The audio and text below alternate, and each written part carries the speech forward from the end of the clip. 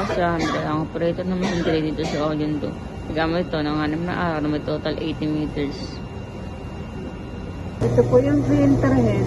Ang huling po nitong white, November 2023. Ito naman yung color, July 2024. Ito naman yung copy na may 60% good condition pa po.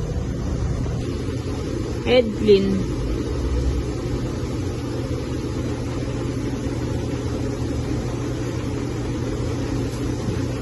Punasan ng wiper after head clean.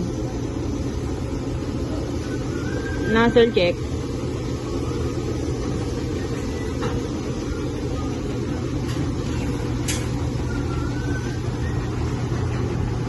Ang huling bulit po ng damper, October 2023. Ang waste tank po, nalinis yung isang araw.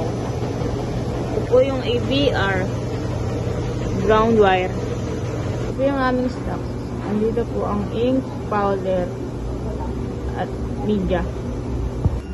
So, ang sumubulis po, ito po yung nagamit. Output ng powder. Ito naman po yung output. At daily checklist.